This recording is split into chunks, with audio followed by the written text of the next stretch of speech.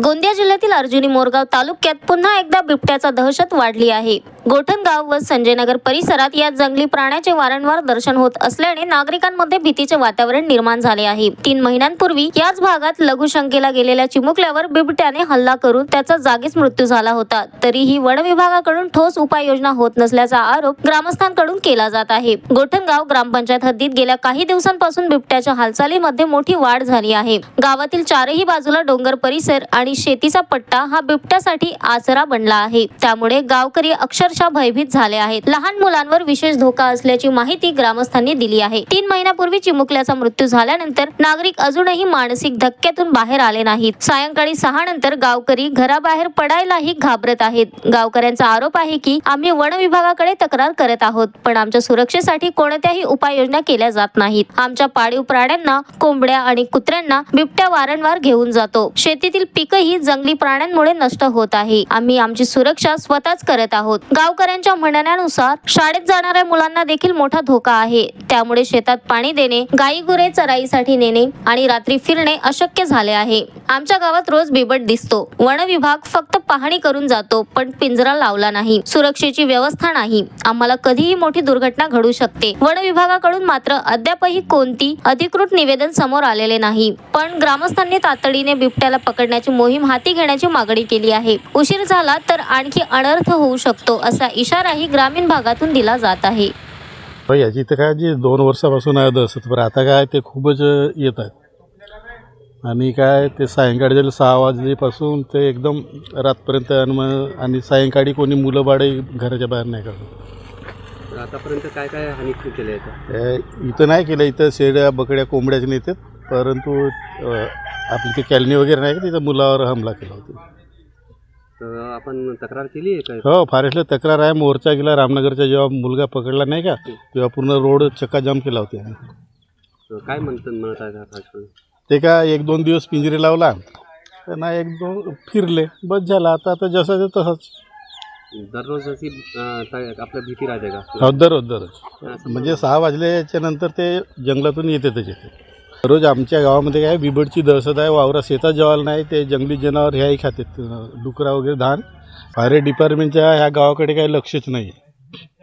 बिबटची दहशत आहेच ना, जी रोजही येतात ना, कोंबड्याने येतात गावातून, याच्या त्याच्या घरातून नाही। इकडं लहान मुलाला काही नाही केलं गेला, कोंबड्याने येते। तर आपण फॉरेस्ट डिपार्टमेंटला याची तक्रार केली आहे का? केला होती, पण ते काहीच नाही करत। काय बोलणं काय त्यांचं? ते नाही बोलत काहीच, का करत्या किती या करतील तरी। काय मागणी काय तुमची? का मागावं आहे की ते बंधनच नाही। जानवर आहे मनमाने येते, ते येत ना भोसडीचे डुकरा टाकरा धानायचा सत्यानाश करते, पण ते कंपाऊंड सुद्धा नाही करू शकत। कास्तकाराचा एवढा नाश करून टाकला।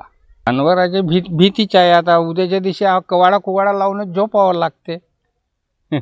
हो, बिबटची दहशत आहे। आता त्या दिवशीच कुत्र्याचे 2 पिल्ली नेलं ना, 2 कोंबडी नेलं याचे गोठणगावचे गायकाच्या घरचे। रोज त्या रोडनी येते, त्या रोडनी तर त्याला कोंबडी उचलते नेते त्या मोडीवर नाही का, किरसानच्या इकडं तिकडं गावभर ते काहीच नाही करत आहे। तीच फॉरेस्ट डिपार्टमेंट आहे जी। तर त्यांना आपण सूचना दिली का?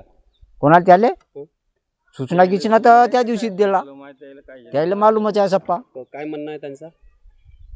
ते काय म्हणणार, तुम्ही आपली रिक्षा आपण पाला असं म्हणतात। हो सर, आमच्या गावात खूपच बिबटची दहशत आहे। एवढी दहशत आहे की लहान मुलांना आम्ही एकट्यात नाही सोडू शकत।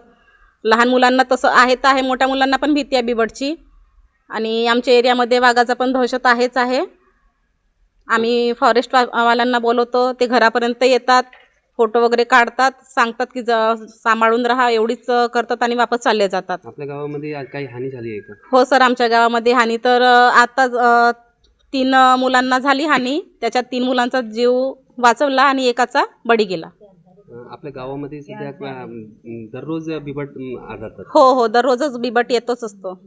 तर गावामध्ये काय काय हानी केल्या आहेत? गावामध्ये कोंबडी, कुत्रे आणि छोटे छोटे गायचे पिल्लू वगैरे असले, ते बोकड वगैरे सगळे त्यांचे ते आवडतीचं आहे, ते त्यांना घेऊन जात असते। आपण याची तक्रार केली? पुष्कळदा केली सर तक्रारीवरही काही मिळत नाही आम्हाला, अपयशच मिळतो नेहमी। काय उपाययोजना केल्या का? आम्ही उपाययोजना आम्ही स्वतःसाठीच करत असतो सर. आम्हाला फॉरेस्ट कडून आणि आपल्या इथं काही भेटत नाही, कारण हा पूर्ण आदिवासी एरिया आहे. असून वरून कसं आहे, सगळे शेतीत जाणारे लोक आहेत, ते काही तेवढं लक्ष देत नाही. पण स्वतःची जिम्मेदारी आम्ही स्वतःच बाळगत असतो. स्वतःच्या मुलांवर स्वतः आम्ही ठेवतो देखरेख. Sunil Kawade, the sting operation news, Gondia. The sting operation news, सत्याचे दुसरे नाव, अन्यायावर लेखणीचा घाव.